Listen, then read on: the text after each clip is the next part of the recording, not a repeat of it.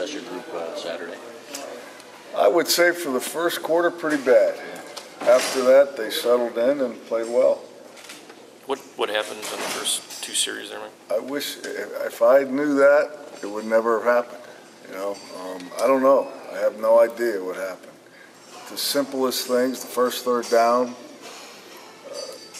things we do probably 15, 20 times in practice, didn't do it. Why? I have no idea. The next play, Vert, looks like he's never covered a guy man-to-man. He gets the interference, and the kid made a great catch anyway. So you just never know. You never know. You just got to learn from it. And as we're moving on. But that was a tough one to swallow for sure. Surprising to see Levert get picked on a little bit early in the game? No, not at all. I mean, those are big receivers. We knew they were going to try to be physical with our guys at the line of scrimmage, which they were. And give them credit, early on they did very well, especially against that play against Vert. But I think after that, I don't think Vert gave up much after that. But that was early, and he just didn't get a good feel for it, and they caught him. What did you say to Hats Levert? off to them. Sorry, what did you say to Levert after you gave up that catch? Not a damn thing. Go play the next play. There's nothing to say, and that's what we preach all the time. They're gonna make catches. I mean, they're gonna do that. So you just dust yourself off and go play the next play. Was he supposed to switch that? It looked like there was some confusion on that first third down play. There was, there was supposed to be a switch call, and Josh was falling off, and instead we picked ourselves, and the guys running scot-free. Yep, exactly. Was it just like an avalanche right away? It was one of those things that just one thing after another, and guys were like, what's happening? Yeah, that's what it seemed like. It just, and then that, and then they scored. Okay, then we come back. I think we got our feet under us, and Brad Hawkins is right there to make a play, and give hats off to the Notre Dame guy. He made the play, and ball's in the air. You got to go get it. You got to make plays. There's no excuse. Too many missed opportunities, you think? It seemed like there were a lot of 50-50 balls that didn't go your way. Yeah, and certainly that was a big one because that resulted in 7 points. You just got to make those kind of plays. But you guys felt like you were adequately prepared going in, right? Oh my Lord, yeah, unbelievably prepared.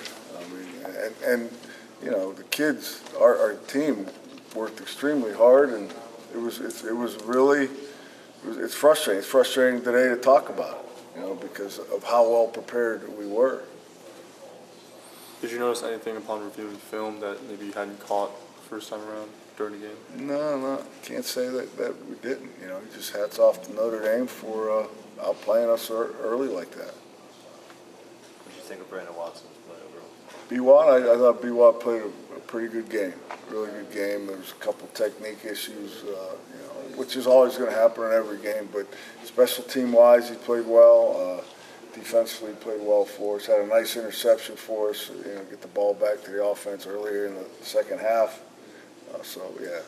Pleased with his play. Looked like all three of those guys kind of rotated the whole game. Yeah, that's what it is. That's how we practice. That's how we're going to play. Is it like a drive-by-drive basis, or is it based on performance? Or? No, it's just drive-by-drive. And there's so many times there's nickel called, so all three of them will be on the field at the same time. So they're getting. It's a good way to get a little bit of rest, and then they keep those guys fresh. I'm just curious, when you're coaching off that game, do you focus on the negatives from early on, or do you tend to focus on how they rebounded?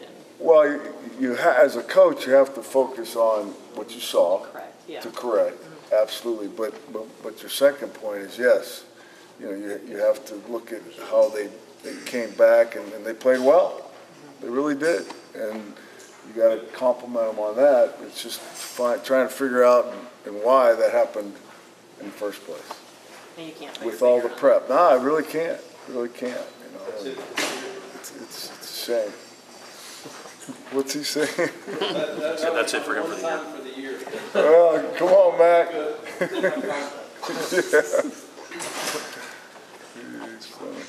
What does being adequately prepared look like before a game?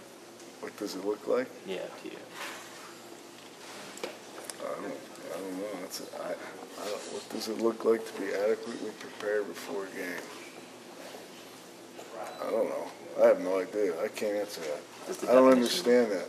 Does the definition change when you maybe don't start the game how you'd like?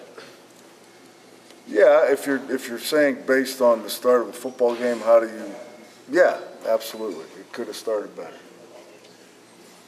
Losing Josh to the targeting call so early in the game, do you have to, I guess, remind players to stay aggressive and not worry about that? Or, I mean, how do you address that with the team? You know, we talk about it all week. We watch film on things of that nature to remind the guys of the hits that you can't, those helmet to helmet, you know. Was it helmet to helmet? I don't know. You know, it looked like a shoulder to me, but, you know, you got to be smart, though. The play was made, you know, just play the ball. You know, play the ball in the air rather than try to drop a shoulder on a guy. Coach, generally speaking, do you feel the ejection penalty limits those helmet-to-helmet contact at all? Is it doing its job to, you know, prevent players? Yeah, you know what? I don't know if it is, because I don't know if it's called fairly. If that's a valid way to answer. 2 years ago, we played Penn State here, and their linebacker is clearly going after the football. And he's not even looking at the receiver, and he gets called for helmet to helmet. Is that fair? Is that a good call? I don't know, you know. So I think the way it's being called probably needs to be looked at, as well as we've got to police it, certainly, and not let our players do it. But I think the way it's being called has to be looked at, too. Have you coached any differently since they made it a few years back, making it the ejection versus just, you know? Yeah, you have to. You have to. I mean, shoot. When I played, this was what it was all about. Bam, you know, you put your face on things. and now you got to keep that out of the way. It's a whole different way to play, for sure. Was that more dangerous, though, what you were doing, you think? I mean, I don't. I mean, that's something that they're trying to... It's safety, and I appreciate it. I totally appreciate it. But don't hurt the team because of your judgment call, There's right? some proper technique the way you were doing it before, right? I mean, in every tackling thing we do, there's proper technique, for sure. Absolutely. I mean, we practice tackling. We practice... But even when you were playing, it was not like you were just... No, you know, you never use this. You know, like I say, you just put your eyes on things and you got after it.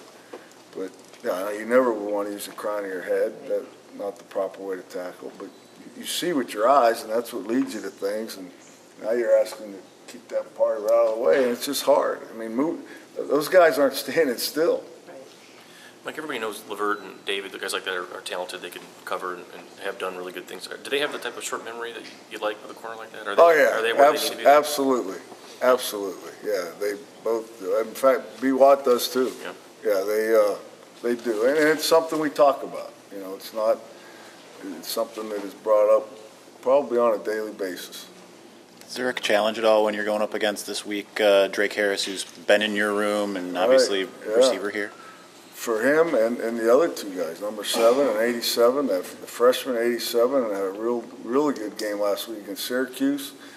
You know, we know Drake is a really good athlete, a hell of a basketball player. You know, he can jump through the roof, so we got to watch him. And then that number 7, a really damn good game last week.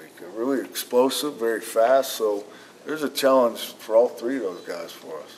Are you willing to let Ambry play some offense?